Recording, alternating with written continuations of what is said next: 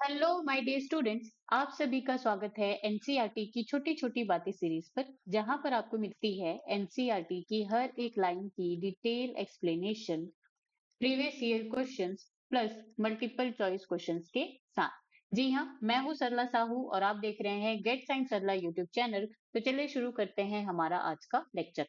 आज हम पढ़ने वाले हैं class 11 biology chapter 8, cell the unit of life. आज का हमारा ये फोर्थ लेक्चर होने वाला है। फर्स्ट लेक्चर में हमने what is a cell, cell theory, overview of cells complete की है। सेकंड में हमने prokaryotic cells and third lecture में हमने यूकैरियोटिक सेल्स में plasma membrane and cell wall को क्या किया है, यहाँ पे कंप्लीट किया है।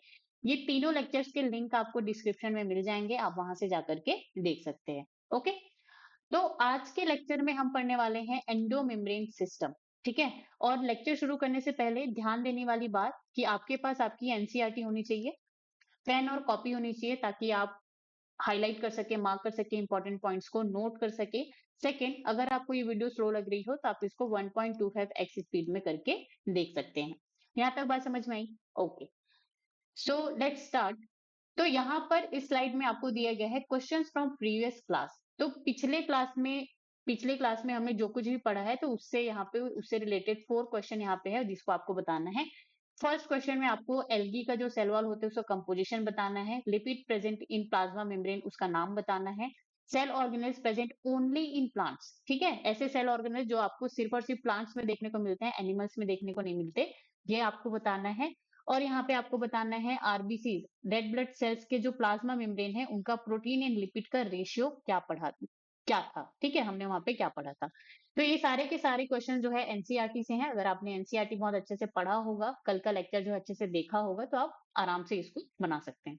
ओके, चलिए शुरू करते हैं हमारा आज का लेक्चर। Endomembrane system.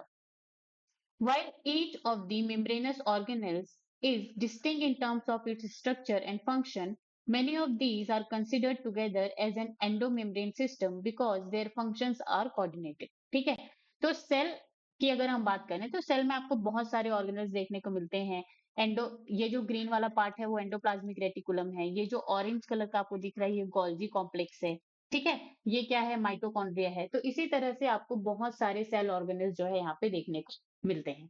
ठीक है, तो ये क्या होते हैं, ये जितने भी सेल ऑर्गेनल्स यहाँ पे प्रेजेंट होते हैं, सारे के सारे स्ट्रक्चर और फंक्शन के लेवल पे क्या होते हैं, अलग होते हैं, डिस्टिंक्ट होते हैं, डिफरेंट होते हैं। ओके, लेकिन इनमें से कुछ सेल ऑर्गेनल्स को हम एंडोमेम्ब्रेन सिस्टम में इंक्लूड करते हैं। एंडोमेम्ब्रेन सिस्टम का मतलब क्या हो गया, एक ही तरह के सिस्टम में हम इनको क्या करते हैं, इंक्लूड करते हैं। क्यों इंक्लूड करते हैं? Because their functions are coordinated, क्योंकि उनका जो फंक्शन होता है वो क्या होता है, कोऑर्डिनेटेड होता है वहां पे। Okay, the endomembrane system include endoplasmic reticulum, ER, Golgi complex, lysosome and vacuoles। तो यहाँ पे जो एंडोमेम्ब्रेन सिस्टम है उसमें 4 सेल ऑर्गेनल्स जो है यहाँ पे इंक्लूडेड हैं।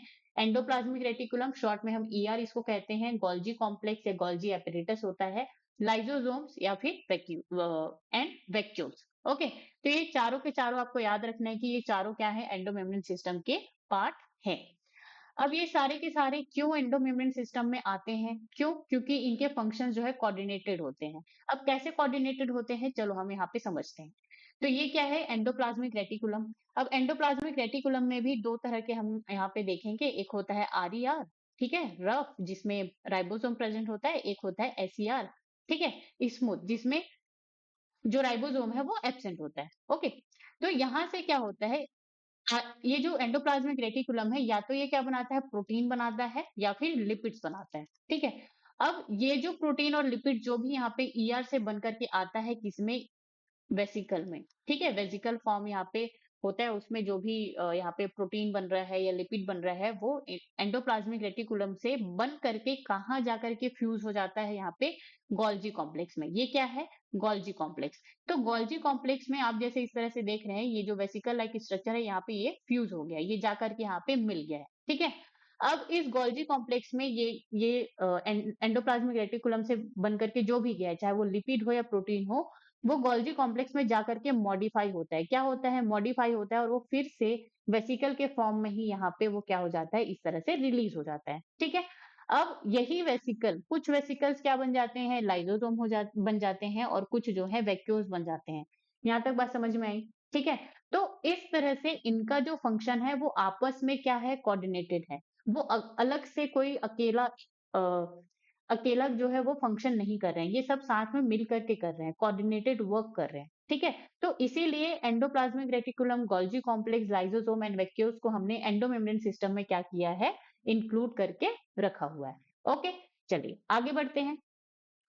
Since the functions of the mitochondria, chloroplast, and peroxisomes are not coordinated with the above components, these are not considered as part of the endomembrane system. अब यहाँ पे ऐसे सेल ऑर्गेनेल्स भी हैं जो कि इस एंडोमेम्ब्रेन सिस्टम के पार्ट नहीं है, ठीक है। माइटोकॉन्ड्रिया हो गया, क्लोरोप्लास्ट हो गया एंड पेरोक्सिसोम, तो ये तीनों के जो फंक्शन है, ठीक है, वो जो हमने endoplasmic reticulum, Golgi complex, lysosome and vacuoles, इनके साथ में इनके फंक्शन जो है कोऑर्डिनेटेड नहीं है, इसीलिए हम इनको एंडोमेम्ब्रेन सिस्टम में इंक्लूड नहीं करते हैं। That is the very very important, okay, कि कौन एंडोमेम्ब्रेन सिस्टम में इंक्लूडेड है और कौन नहीं है। यहां तक बात समझ में आई? चलिए अब हम आगे बढ़ते हैं 8.5.3.1, the endoplasmic reticulum, ER. Electron microscopic studies of eukaryotic cells reveal the presence of a network or reticulum of tiny tubular structures scattered in the cytoplasm that is called the endoplasmic reticulum. Okay, तो यहाँ पे ये जो endoplasmic reticulum है, तो cell के अंदर जो सेल ऑर्गेनल्स है उनको हम कब देख पाए, जब हमारे पास क्या हुआ, इलेक्ट्रॉन माइक्रोस्कोप का वहां पे डिस्कवरी हुआ 1950s में। ओके, तभी हम देख पाए। तो यहाँ पे इसीलिए लिखा है कि electron microscopic studies of eukaryotic sales. तो उसमें जब आप पढ़ाई करते हैं, ठीक है, उसमें जब ऑब्जर्व करेंगे इलेक्ट्रॉन माइक्रोस्कोपिक स्टडीज में, तो आपको यहाँ पे क्या देखने को मिलेगा, नेटवर्क ऑफ रेटिकुलम, ठीक है। तो वहाँ पे बहुत सारे नेटवर्क देखने को मिलेगा टाइनी ट्यूबुलर स्ट्रक्चर्स का, ठीक है, जो कि स्कैटर्ड होंगे, फैले हुए होंगे साइटोप्लाज्म में, जिसको हम क्या कहते हैं, एंडोप्लाज्मिक रेटिकुलम यहाँ पे हम कह रहे हैं, ठीक है। तो यहाँ पे एंडोप्लाज्मिक रेटिकुलम के बारे में हम क्या क्या जान गए, कि नेटवर्क और रेटिकुलम की तरह ये प्रेजेंट होता है, टाइनी ट्यूबुलर स्ट्रक्चर्स होते हैं एंड स्कैटर्ड यानी फैले हुए होते हैं साइटोप्लाज्म में, ठीक है। नाउ फिगर 8.5 में हम यहाँ पे देख सकते हैं, जैसे कि ये है, ओके, तो ये क्या हो गया, ये जो पोर्शन है ये क्या हो गया, यहाँ पे ये न्यूक्लियस हो गया। ये जो आपको ये जो पोर्शन दिख रहा है ये क्या है, न्यूक्लियस मेम्ब्रेन है, ओके। और इसमें पोर लाइक स्ट्रक्चर है, तो ये क्या है, न्यूक्लियर पोर, और इसका भी बहुत ज्यादा इंपॉर्टेंस है, इसको हम देखेंगे, okay. Now hence endoplasmic reticulum divides the intracellular space into two distinct compartments, luminal inside ER and extraluminal cytoplasm compartment. Okay, तो यहाँ पे ये जो एंडोप्लाज्मिक रेटिकुलम है ये क्या करता है, इंट्रासेल्युलर स्पेस। इंट्रासेल्युलर स्पेस का मतलब क्या होता है, सेल के अंदर जितना भी ये स्पेस है इसको क्या कह रहे हैं हम लोग, इंट्रासेल्युलर स्पेस। अब इंटरसेल्युलर स्पेस हम किसको कहेंगे, जैसे ये 2 से 3 सेल यहाँ पे प्रेजेंट है, तो ये जो स्पेस है, ठीक है, दो या दो से ज्यादा अलग सेल्स के बीच में जो स्पेस है इसको मैं क्या कहूंगी, इंटर, ठीक है, इंटर सेल्युलर स्पेस कहूंगी। और सेल के अंदर जो स्पेस है उसको मैं क्या कह रही हूँ यहाँ पे, इंट्रा सेल्युलर स्पेस। तो ये जो इंट्रा सेल्युलर स्पेस है उसको ये जो एंडोप्लाज्मिक रेटिकुलम है ये क्या करता है, 2 डिस्टिंक्ट कंपार्टमेंट में डिवाइड कर देता है। एक कंपार्टमेंट में क्या होता है, ल्यूमिनल होता है, ठीक है, एक कंपार्टमेंट को हम ल्यूमिनल कहते हैं, जो कि इनसाइड ईआर प्रेजेंट है, किसके कहाँ पे प्रेजेंट है, इनसाइड ईआर, ओके। और एक होता है इनसाइड के बाहर जितना भी स्पेस यहाँ पे बचा है उसको हम एक कंपार्टमेंट का नाम दे देंगे, जिसको हम क्या कह रहे हैं, एक्स्ट्रा ल्यूमिनल, और वो क्या है, साइटोप्लाज्म है। यहाँ तक बात समझ में आई? देखो यहाँ पे ये जो सेल है ये बहुत बड़ा है, आप इस तरह से मान के चलिए, ठीक है। अब यहाँ पे ये क्या हो गया, न्यूक्लियस हो गया, यहाँ पे ये एंडोप्लाज्मिक रेटिकुलम है, और यहाँ पे फिर बाकी जो सेल ऑर्गेनल्स हैं वो जो है यहाँ पे प्रेजेंट होंगे, ठीक है। तो यहाँ पे ये जो एंडोप्लाज्मिक रेटिकुलम है, तो इसके अंदर का जो पार्ट है, जो कंपार्टमेंट है, उसको हम क्या कह रहे हैं, ल्यूमिनल कह रहे हैं। और उसके बाहर में एंडोप्लाज्मिक रेटिकुलम के बाहर में जो भी यहाँ पे स्पेस प्रेजेंट है वो क्या है, एक्स्ट्रा ल्यूमिनल, एक्स्ट्रा ल्यूमिनल, और इसी को हम और क्या एक्स्ट्रा ल्यूमिनल, और इसी को और हम क्या कहते हैं, साइटोप्लाज्म।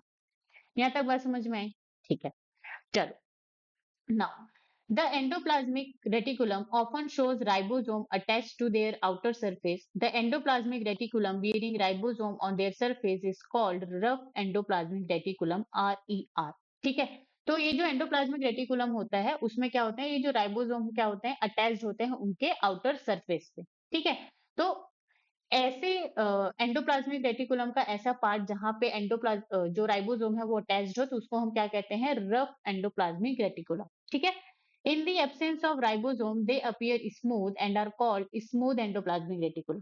तो जब ये जो एंडोप्लाज्मिक रेटिकुलम का जो आउटर सरफेस है वहां पे राइबोसोम एब्सेंट होते हैं तो वो स्मूथ दिखाई देते हैं। ठीक है। तो इसलिए हम इसको स्मूथ एंडोप्लाज्मिक रेटिकुलम या SER कह देते हैं।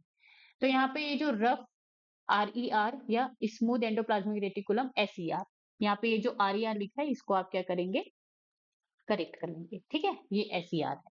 तो यहाँ पे जो रफ एंडोप्लाज्मिक रेटिकुलम की बात करें तो राइबोसोम यहाँ पे क्या होगा, प्रेजेंट होगा। कहाँ पे प्रेजेंट होगा, देयर आउटर सरफेस में प्रेजेंट होंगे। और ये जो RER है वो न्यूक्लियस के नियर प्रेजेंट होंगे। ठीक है। और ये कंटिन्यूअस होंगे, continuous with the outer membrane of the nucleus. Outer membrane of the nucleus के साथ ये कैसे होंगे, कंटिन्यूअस होंगे। ठीक है। चलिए, तो RER के बारे में हम यहाँ पे आगे पढ़ते हैं। RER is frequently observed in the cells actively involved in protein synthesis and secretion. तो RER आपको सबसे ज्यादा कहाँ पे देखने को मिलेंगी, ऐसे सेल्स में देखने को मिलेंगी जो कि बहुत ज्यादा एक्टिव होती हैं, किस लिए, प्रोटीन बनाने के लिए और सिक्रीशन के लिए। ठीक है। तो ऐसे सेल्स में आपको RER की मात्रा जो है ज्यादा देखने को मिलेगी। दे आर एक्सटेंसिव का मतलब बहुत ज्यादा होते हैं and continuous with the outer membrane of the nucleus, that is important point. तो ये जो RER होते हैं इनका काम क्या होता है, ये प्रोटीन सिंथेसिस करते हैं, सिक्रीशन करते हैं। ओके। और ये जो रफ एंडोप्लाज्मिक रेटिकुलम है ये जो न्यूक्लियस है उसके आउटर मेम्ब्रेन के साथ कंटिन्यूअस होते हैं। Let me just erase this first. Okay. तो यहाँ पे ये जो न्यूक्लियस होता है, तो ये जो न्यूक्लियस होता है यहाँ पे कैसा होता है, डबल मेम्ब्रेनस स्ट्रक्चर होता है। कैसा होता है वो, इस तरह से डबल मेम्ब्रेनस, ये क्या होता है, इस तरह से स्ट्रक्चर ये प्रेजेंट होता है। तो यहाँ पे ये जो आउटर मेम्ब्रेन होता है उससे ये जो एंडोप्लाज्मिक रेटिकुलम है वो इस तरह से क्या होता है, लगा हुआ होता है। जैसे कि आप यहाँ पे देख सकते हैं, ये क्या है, ये जो लेयर है ये आउटर न्यूक्लियर मेम्ब्रेन है। ओके। और इससे इससे ये जो रफ एंडोप्लाज्मिक रेटिकुलम है ये क्या है, यहाँ पे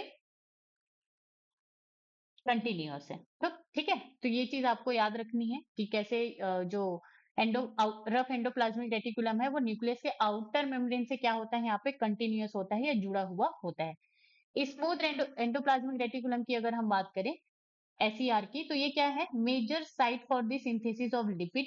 ठीक है। तो यहाँ पे मेजरली लिपिड सिंथेसिस होता है। In animal cells, lipid like steroidal hormones are synthesized in SER.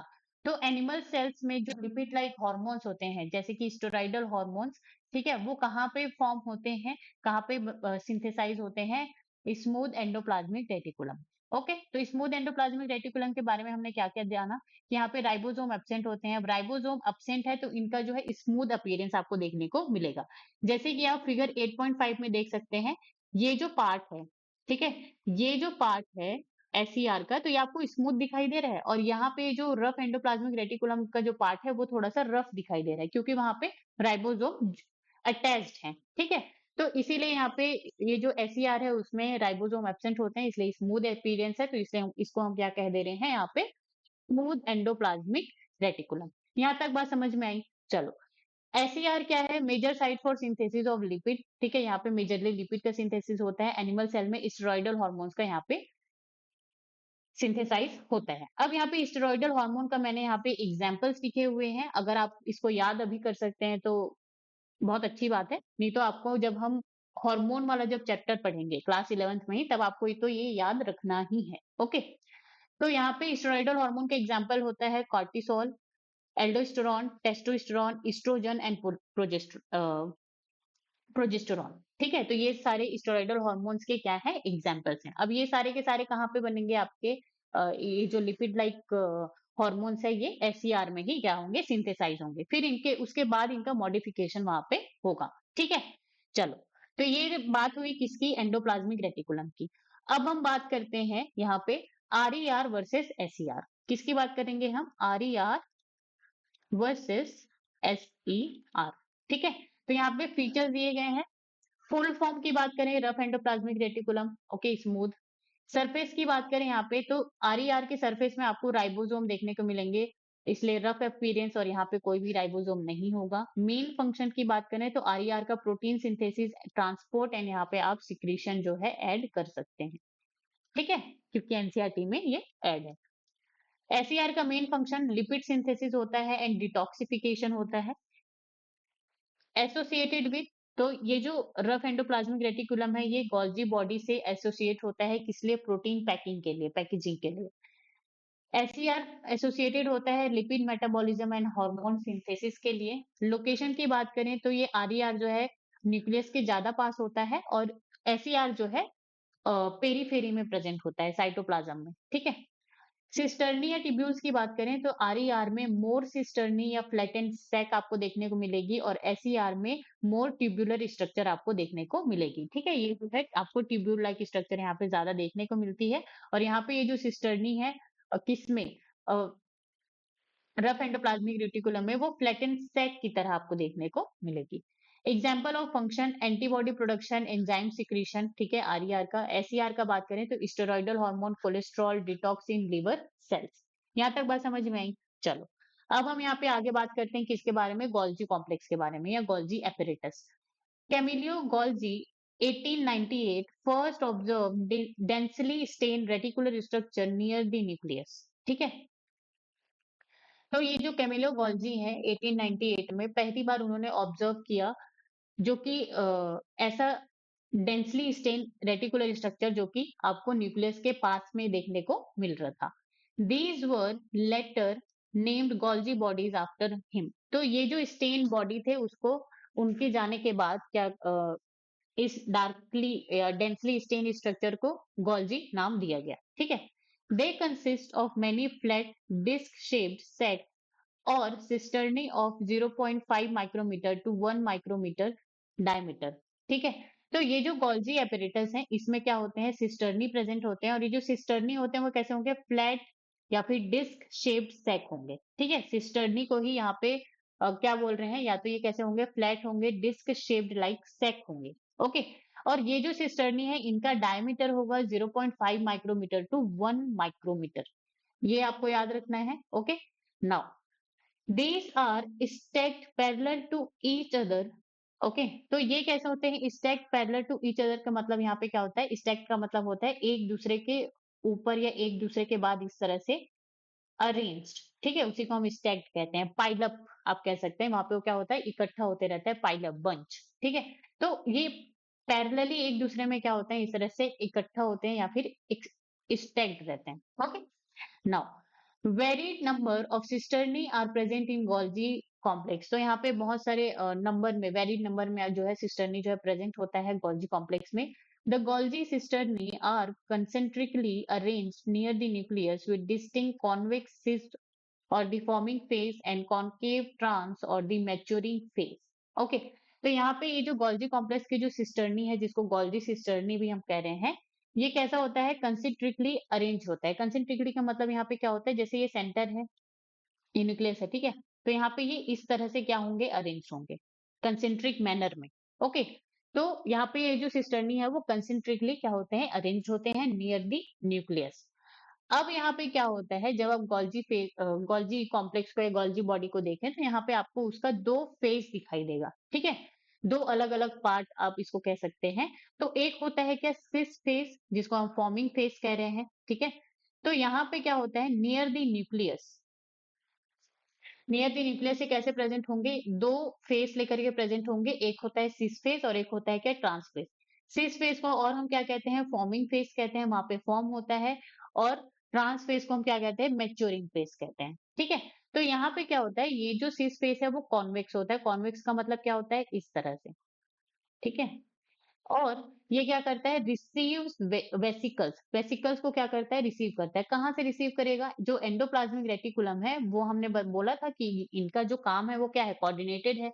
तो एंडोप्लाज्मिक रेटिकुलम क्या करेगा, वेसिकल्स बना करके भेजेगा, जिसको ये जो सिस फेज है, ठीक है, वो क्या करेगा, यहाँ पे उसको रिसीव करेगा, ठीक है। जैसे कि आप ये जो स्ट्रक्चर है इसमें देख सकते हैं। अब उसके बाद यहाँ पे क्या होगा, मैच्योर होगा, मॉडिफाई होगा और मैच्योर होकर के यहाँ से वो क्या होगा, बाहर निकल जाएगा। तो उसको इस साइड के फेस को हम क्या कह रहे हैं, ट्रांस फेस कह रहे हैं, मैच्योरिंग फेस कह रहे हैं। और ये कैसा होता है, कॉनकेव होता है। अब कॉनकेव का कॉन्वेक्स एंड कॉनकेव आप जानते ही होंगे, जैसे ये अगर इस तरह से है, ठीक है, तो ये जो साइड है इसको हम क्या कहते हैं, कॉन्वेक्स कहते हैं, और इस साइड को हम क्या कहते हैं, कॉनकेव कहते हैं। यहाँ तक बात समझ में आई? ठीक है, तो सिस फेस कैसा है, कॉन्वेक्स है, जो फॉर्मिंग फेज है फॉर्म करेगा वहां पे और वेसिकल्स को क्या करेगा, रिसीव करेगा। और ट्रांस फेज जो है कॉनकेव होता है, और ये जो ट्रांस फेज है इसको हम मैच्योरिंग फेज भी कहते हैं। ठीक है, ये क्या करता है, रिलीजेस सिक्रीटरी वेसिकल्स, और ये सिक्रीटरी वेसिकल्स को क्या करता है, रिलीज करता है। तो ये इतनी सारी बातें आपको बहुत अच्छे से याद होनी चाहिए, क्योंकि एग्जाम में बच्चे यहाँ पे बहुत ज्यादा कंफ्यूज होते हैं cis face and trans face के बीच में। ओके, कि कौन कॉन्वेक्स है और कौन कॉनकेव है। यहाँ तक बात समझ में आई? Now the cis and the trans face of the organelles are entirely different but interconnected. अब यहाँ पे ये जो सिस फेस है और ट्रांस फेस है, ये क्या है, पूरी तरह से ये क्या होते हैं, डिफरेंट होते हैं। ठीक है, लेकिन ये दोनों कैसे होते हैं, इंटरकनेक्टेड होते हैं, जुड़े हुए होते हैं।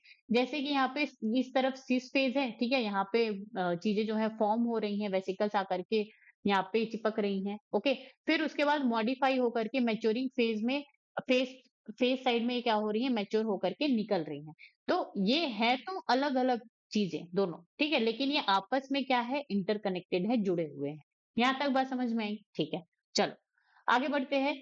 The Golgi apparatus principally perform the function of packaging materials. ठीक है, तो इनका प्रिंसिपल फंक्शन क्या है, packaging materials, to be delivered either to the intracellular targets or secreted outside the cell। तो ये जो गोल्जी कॉम्प्लेक्स है, ये क्या करते हैं, मटेरियल्स को पैक करेंगे, पैक करके या तो वो, जैसे ये क्या है, यहाँ पे गोल्जी कॉम्प्लेक्स है, ठीक है, ये मटेरियल को पैक करके या तो इंट्रासेल्युलर स्पेस में ही, ठीक है, सेल के अंदर ही जो टारगेट्स है वहां पे अगर उस चीज की जरूरत है तो उसको पहुंचाएगा।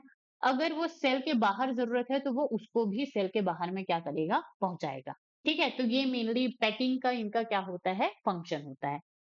Materials to be packed in the form of vesicles from the ER fuses with the cis phase of the Golgi apparatus and move towards the maturing phase। Okay, तो यहाँ पे क्या होता है, जैसे हमने सबसे पहले ही स्लाइड में देखा कि एंडोप्लाज्मिक रेटिकुलम से मटेरियल क्या होते हैं, पैक्ड होते हैं in the form of vesicles. ये वेसिकल्स किससे फ्यूज हो जाते हैं, सिस फेज या forming phase of Golgi body या गोल्जी कॉम्प्लेक्स से क्या होते हैं, फ्यूज हो जाते हैं। फिर मूव करते हैं, move towards the maturing phase या फिर ट्रांस फेज।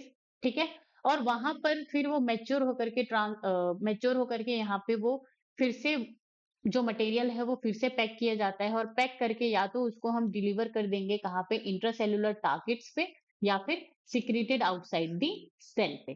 ठीक है, तो देखो, अगर कोई सेल है, अगर उसमें कोई प्रोटीन बन रहा है या कोई लिपिड बन रहा है, ठीक है, तो वो तभी बनता है जब वहां पे बॉडी को डिमांड होती है। ठीक है, जब बॉडी के किसी सेल में डिमांड होगी तभी वो चीज बनेगी, बिना फालतू के यहाँ पे कोई भी चीज नहीं बनेगी। इसीलिए यहाँ पे बोला जा रहा है कि एंडोप्लाज्मिक रेटिकुलम में अगर कोई तरह का प्रोटीन बन रहा है, इसका मतलब या तो वो सेल के अंदर ही उसका डिमांड होगा या तो सेल के बाहर उसका डिमांड होगा। ठीक है, इसीलिए यहाँ पे जो एंडोप्लाज्मिक रेटिकुलम है, उससे जो भी वेसिकल्स में जो भी मटेरियल वहां पे फॉर्म हो रहा है वो गोल्जी बॉडी के सिस फेज में जाके फ्यूज हो जाएगा। फिर वहां से मैच्योर होकर के वो मैच्योरिंग फेज और ट्रांस फेज से वो क्या करेगा, फिर से पैक होकर के निकलेगा, और वो निकल करके इंट्रासेलुलर टारगेट, सेल के अंदर में ही अगर कोई टारगेट है जहां पे जरूरत है वहां पे पहुंचाएंगे, या फिर अगर सेल के बाहर जरूरत है तो वो सेल के बाहर उसको क्या करेंगे, सिक्रीट आउट करेंगे। यहाँ तक बात क्लियर हुई? Okay, this explains why the Golgi apparatus remains in the close association with the endoplasmic reticulum। ठीक है, तो ये चीज यहाँ पे एक्सप्लेन करती है कि क्यों Golgi apparatus जो है एंडोप्लाज्मिक रेटिकुलम के पास में होती है, क्लोज एसोसिएशन। ठीक है, a number of proteins synthesized by the ribosome on the endoplasmic reticulum are modified in the cisternae of the Golgi apparatus before they released from its trans phase। ठीक है, तो बहुत सारे नंबर ऑफ प्रोटीन जो है synthesise होते हैं किससे, राइबोसोम से। ठीक है, राइबोसोम नहीं तो प्रोटीन नहीं। ओके, तो राइबोसोम से यहाँ पे क्या होते हैं, प्रोटीन बनते हैं एंडोप्लाज्मिक रेटिकुलम में। ओके, और ये जो एंडोप्लाज्मिक रेटिकुलम से ये क्या करते हैं, वेसिकल फॉर्म में जाकर के क्या होते हैं, सिस्टर्नी ऑफ गोल्जी से फ्यूज हो जाते हैं और वहां पे वो मॉडिफाई होते हैं, मैच्योर होते हैं। ठीक है, उसके बाद ही उनको जो है ट्रांस फेज से रिलीज किया जाता है। तो यहाँ पे सेम चीज बातें यहाँ पे लिखी गई हैं। Now Golgi apparatus is the important site of formation of glycoproteins and glycolipids. That is the very very important point. कि ये जो Golgi apparatus है ये क्या है, important site है किसके formation के लिए, ग्लाइकोप्रोटीन्स एंड ग्लाइकोलिपिड्स के लिए। ओके, और इनका जो पैकेजिंग मटेरियल वाला जो काम है वो तो है ही। ठीक है, तो गोल्जी कॉम्प्लेक्स जो है यहाँ पे ग्लाइकोप्रोटीन एंड ग्लाइकोलिपिड्स सिंथेसाइज करने के लिए एक बहुत ही ज्यादा इंपॉर्टेंट साइट का काम करती हैं। यहाँ तक बात समझ में आया? चलो, अब आगे बढ़ते हैं हम यहाँ पे लाइसोसोम के ऊपर। ठीक है, these are membrane bound vesicular structures formed by the process of packaging in the Golgi apparatus. तो ये जो लाइसोसोम है ये क्या है, मेम्ब्रेन बाउंड वेसिकुलर स्ट्रक्चर्स हैं जो कि कहाँ से बन रहे हैं, formed by the process of packaging in the Golgi apparatus. ठीक है, एंडोप्लाज्मिक रेटिकुलम, फिर उसके बाद यहाँ से ये लाइसोसोम। यहाँ तक बात समझ में आई? ठीक है, the isolated lysosomal vesicles have been found to be very rich in almost all type of hydrolytic enzyme. Hydrolases, for example, lipases, proteases, carbohydrates. Okay, तो यहाँ पे ये जो लाइसोसोम होता है ये रिच होता है किसमें, हाइड्रोलिटिक एंजाइम में। इसमें ये जो लाइसोसोम है इसमें सिर्फ और सिर्फ हाइड्रोलिटिक एंजाइम ही प्रेजेंट होते हैं, और वो हाइड्रोलिटिक एंजाइम क्या है, हाइड्रोलेजेस। ठीक है, अब यहाँ पे ये जो हाइड्रोलेजेस एंजाइम है, ठीक है, ये हाइड्रोलेजेस क्या है, एक ग्रुप है। ठीक है, जिसके अंदर आपको बहुत सारे एंजाइम देखने को मिलेंगे, जैसे कि प्रोटीजेस या पेप्टाइडेस, लाइपेजेस, एमाइलेजेस, एमाइलेज, ठीक है, न्यूक्लियेजेस। तो ये जो प्रोटीजेस या पेप्टाइडेस है ये क्या करता है, break proteins into amino acid. तो यहाँ पे अगर प्रोटीन है तो उसके उसके सिंपल फॉर्म में तोड़ देगा, वो क्या है, वो अमीनो एसिड। प्रोटीन किससे मिलकर बना होता है, बहुत सारे अमीनो एसिड से मिलकर बना होता है। तो अगर कोई प्रोटीन है, अगर आप उसमें पेप्टाइडेज या प्रोटीजेज वहां पे एंजाइम डालेंगे तो वो प्रोटीन को तोड़ करके अमीनो एसिड्स में क्या कर देगा, अलग अलग कर देगा। इसी तरह से जो लाइपेजेज है, ठीक है, लाइपेजेज है, अगर कोई वहां पे क्या है, फैट है, तो फैट में अगर आप लाइपेजेज एंजाइम अगर डालेंगे तो उसको फैट इंटू फैट को क्या करेगा, ब्रेक करके वो फैटी एसिड एंड ग्लिसरॉल में तोड़ देगा। क्यों? क्योंकि फैट जो है फैटी एसिड और ग्लिसरॉल से मिलकर के बना हुआ होता है। एमाइलेज एंजाइम अगर हम किसी स्टार्च में डालें तो उसको शुगर में क्या कर देगा, बदल देगा। न्यूक्लियेजेस की बात करें तो न्यूक्लियेजेस जो है, जो न्यूक्लिक एसिड है, न्यूक्लिक एसिड में कौन आता है भाई, डीएनए एंड आरएनए। ठीक है, तो डीएनए एंड आरएनए का भी एक पूरा केमिकल स्ट्रक्चर होता है, केमिकल कंपोजिशन होता है, जिसके बारे में हम क्लास 12th में पढ़ेंगे। तो इनको भी तोड़ने के लिए यहाँ पे न्यूक्लियेजेस जो एंजाइम है उनका हम उपयोग करते हैं। ठीक है, तो ये न्यूक्लिक एसिड को न्यूक्लियोटाइड में क्या कर देते हैं, तोड़ देते हैं। यहाँ तक बात समझ में आई कि ये जो हाइड्रोलाइसिस एंजाइम है ये क्या करता है, जो भी कॉम्प्लेक्स मॉलिक्यूल है उसको सिंपल मॉलिक्यूल्स में तोड़ने का काम करता है। ठीक है, और ये जो एंजाइम है कहाँ पे प्रेजेंट है, लाइसोसोम में प्रेजेंट है। Okay, now optimally active at the acidic pH, and that is the very very important point कि ये जितने भी हाइड्रोलेजेस है या हाइड्रोलिटिक एंजाइम है ये एसिडिक पीएच पर ही ये क्या करते हैं, काम करते हैं। क्या करेंगे, एसिडिक पीएच पे ये क्या करेंगे, काम करेंगे। ठीक है, तो अगर वो लेस देन 7 है पीएच मीटर में, ठीक है, लेस देन 7 है, तब फिर वो इधर क्या क्या कहलाएगा, वो एसिडिक कहलाएगा। Okay, these enzymes are capable of digesting carbohydrates, proteins, lipids and nucleic acid. तो कार्बोहाइड्रेट को कौन यहाँ पे डाइजेस्ट कर रहा है, एमाइलेज। प्रोटीन को कौन कर रहा है, प्रोटीएजेस या पेप्टाइडेज। लिपिड को कौन कर रहा है, लाइपेजेस। और न्यूक्लिक एसिड को कौन कर रहा है, न्यूक्लियेजेस। ठीक है, नाउ अब हम यहाँ पे देखते हैं कि हाइड्रोलाइसिस एंजाइम करती क्या है। तो ये क्या करती है, कैटेलाइज द ब्रेकडाउन। ब्रेकडाउन का मतलब digestion of larger molecules into smaller once using water. ठीक है, तो यहाँ पे वो वाटर का यूज करके, वाटर का यूज मतलब कि वाटर मॉलिक्यूल, नॉट ऐसे नहीं कि वो बाल्टी और मग्गे में पानी लेकर के वहां पे यूज कर रहे हैं, नहीं। यहाँ पे कहीं पे भी अगर बायोलॉजी में आपको वाटर देखने को मिले तो आप वाटर मॉलिक्यूल को समझा करें। ठीक है, H2O। तो यहाँ पे ये जो हाइड्रोलिटिक एंजाइम है, जैसे यहाँ पे आपको प्रोटीन को तोड़ना है, ठीक है, ये प्रोटीन को तोड़ना है तो यहाँ पे वो क्या आएगा, एंजाइम आएगा। एंजाइम आएगा तो प्रोटीन किसमें टूटेगा, एमिनो एसिड में टूटेगा, और वो H2O मॉलिक्यूल को क्या करेगा, यहाँ पे रिलीज करेगा। ठीक है, यहाँ तक बात समझ में आई। चलो, अब हम यहाँ पे आगे बढ़ते हैं नेक्स्ट में। ठीक है, तो ये क्या हो गई, लाइसोसोम की पूरी बात हो गई, जिसको आपको याद रखना है, स्पेशली आपको याद करना है कि ये जो हाइड्रोलाइसिस एंजाइम है इसका ऑप्टिमल, ये एक्टिव होते हैं। ऑप्टिमल का मतलब ये अच्छे से एक्टिव होते हैं एसिडिक पीएच पर। Okay, now vacuoles. तो वैक्यूल्स की जब हम बात करते हैं the vacuole is the membrane bound space found in the cytoplasm. तो ये जो वैक्यूल है ये कैसा होता है? मेम्ब्रेन बाउंड होता है, साइटोप्लाज्म में प्रेजेंट होता है और bound by a single membrane. Okay, it contains water shape, excretory product and other materials not useful for the cell। ठीक है, तो ये क्या है? साइटोप्लाज्म में प्रेजेंट एक स्पेस है और इस स्पेस में वाटर सेप, वाटर प्रेजेंट होता है, सेप प्रेजेंट होता है, एक्सक्रीटरी प्रोडक्ट, ठीक है, वो प्रेजेंट होता है और अदर मटेरियल्स जो यूजफुल नहीं है वो भी वैक्यूल्स में प्रेजेंट होता है। तो वैक्यूल मान लो आप एक सेल का क्या है? स्टोर रूम है। स्टोर रूम में हम जैसे कुछ भी रख देते हैं ना जो हमको जरूरत नहीं होती, ठीक है, और कुछ कुछ जरूरत की भी चीजें होती हैं जो कि हम कभी कभार यूज कर लेते हैं।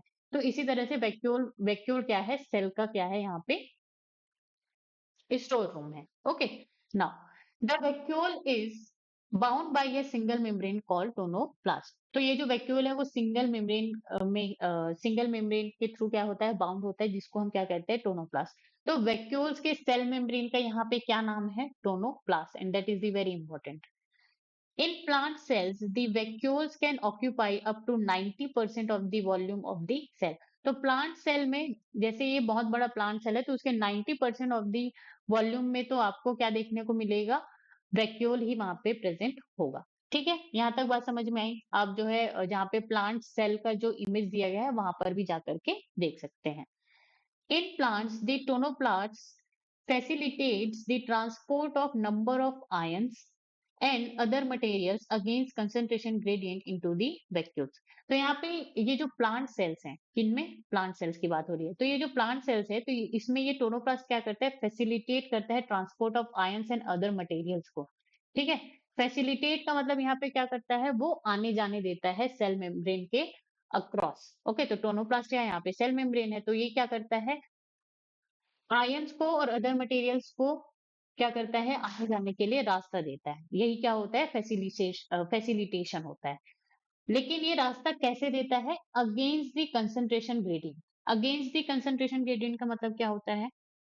देखो, कंसंट्रेशन ग्रेडियंट का मतलब यहाँ पे क्या होता है कि वो जहां पे मॉलिक्यूल्स बहुत ज्यादा है वहां से जहां पे मॉलिक्यूल्स कम है, ठीक है, लो है, वहां पे अगर ये इस तरह से आपका मूवमेंट हो रहा है तो इसको हम कंसंट्रेशन ग्रेडियंट कहते हैं। लेकिन यहाँ पे ऑलरेडी क्या है? मॉलिक्यूल्स लो हैं और यहाँ पे क्या है? मॉलिक्यूल्स हाई हैं। तो यहाँ पे लो से हाई जब हम जाते हैं, ठीक है, ये जो मॉलिक्यूल्स हम इन मॉलिक्यूल्स को हम कहाँ से कहाँ भेज रहे हैं? लो से हाई, लो कंसंट्रेशन से हाई कंसंट्रेशन। तो इसी को हम क्या कह देते हैं यहाँ पे? Against concentration gradient. ठीक है, तो ये जो टोनोप्लास्ट क्या करता है? बहुत सारे आयंस का ट्रांसपोर्ट और अदर मटेरियल्स का ट्रांसपोर्ट कैसे करता है? Against the concentration gradient into the vacuoles.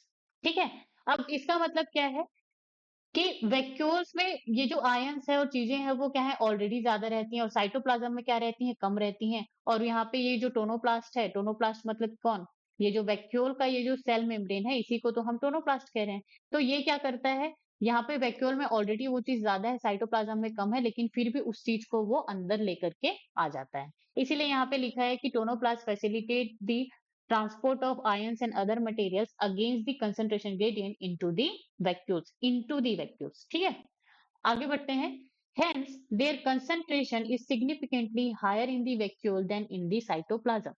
तो यहाँ पे against the concentration gradient यहाँ पे बात आ गया, तो इसीलिए ये जो आयंस हैं वो वैक्यूल में क्या होंगी? ज्यादा होंगी और साइटोप्लाज्म में क्या होंगी? कम होंगी as compare to the vacuole. And that is the very very important point. Okay, यहाँ पे आपको वो कंफ्यूज करने के लिए क्वेश्चन बना सकता है कि आयन जो है वैक्यूल में ज्यादा है या साइटोप्लाज्म में ज्यादा है। Against the concentration gradient movement जो है साइटोप्लाज्म से वैक्यूल में हो रहा है या वैक्यूल से साइटोप्लाज्म में हो रहा है। तो सही आंसर क्या हो जाएगा? Cytoplasm to vacuole. यहाँ तक बात समझ में आई? ठीक है, चलो अब हम आगे बढ़ते हैं। In amoeba the contractile vacuole is important for the osmoregulation and excretion. अब हम यहाँ पे देखते हैं कि ये ऑस्मोरेगुलेशन क्या होता है। ऑस्मोरेगुलेशन इज द प्रोसेस, ठीक है, जो किसमें होता है? लिविंग ऑर्गेनिजम्स में होता है। और ये क्या करता है? Maintain the balance of water and salts, ठीक है, सॉल्ट्स मतलब कि ions, in their body to keep internal condition stable. तो ऑस्मोरेगुलेशन में क्या होता है? जो भी लिविंग ऑर्गेनिज्म होता है ना वो अपने बॉडी के अंदर वाटर को बैलेंस करने का काम करता है, सॉल्ट को क्या करता है? बैलेंस करता है अपने बॉडी के अंदर, ताकि वो जो भी होम्योस्टेसिस जिसको हम कहते हैं ह्यूमंस में, उसको वो क्या कर सके वहां पे स्टेबल कर सके, ठीक है, अपने बॉडी का जो इंटरनल कंडीशन है उसको वो स्टेबल कर सके। इसीलिए वहां पे ऑस्मो रेगुलेशन का प्रोसेस जो है होता है। और ऑस्मो रेगुलेशन के प्रोसेस में हम क्या करते हैं, वाटर एंड सॉल्ट को क्या करते हैं हम यहाँ पे बैलेंस करते हैं, ठीक है। तो यहाँ पे किसकी बात आती है, अमीबा की बात आती है। तो अमीबा में आपको कॉन्ट्रेक्टाइल वैक्यूल देखने को मिलता है। और ये जो कॉन्ट्रेक्टाइल वैक्यूल है वो किस लिए इंपॉर्टेंट होता है, ये ऑस्मो रेगुलेशन एंड एक्सक्रीशन का ये क्या करता है, काम करता है, ठीक है। Now in many cells as in protist, food vacuoles are formed by the engulfing the food particles, ठीक है। तो बहुत सारे सेल्स ऑफ प्रोटिस्ट में, प्रोटिस्ट मतलब प्रोटिस्टा, ठीक है, प्रोटिस्टा में यूनिसेलुलर यूकेरियोट्स होते हैं, उनमें फूड वैक्यूल फॉर्म होता है। और वो कैसे फॉर्म होता है, किसी भी फूड पार्टिकल को इनगल्फ करने के, इनगल्फ करने से, अंदर खाने से, ठीक है। अब कैसे होगा ये चीज, देखो, जैसे ये क्या है, कोई प्रोटिस्ट है, यहाँ पे क्या है, फूड पार्टिकल है। तो ये क्या करेगा, इसके पास जा करके इसको वो इस तरह से क्या करेगा, अपने इस तरह से उसको खा लेगा। अब जब खा लेगा तो यहाँ पे ये इस तरह से क्या बन जाएगा, यहाँ पे फूड पार्टिकल, फूड वैक्यूल वो यहाँ पे फॉर्म हो जाएगा, ठीक है। इसको मैं आपको एक बार अच्छे से अलग से स्लाइड में समझा देती हूँ।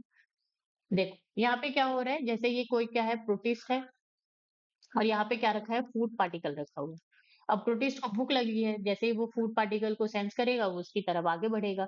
जब वो आगे बढ़ेगा तो वो फूड पार्टिकल को इस तरह से पहले क्या करेगा, ठीक है, इस तरह से वो फॉर्म, इस तरह से वो स्ट्रक्चर बनाएगा। स्ट्रक्चर बना करके वो यहाँ पे क्या हो जाएगा, ठीक है, ये इस तरह से यहाँ पे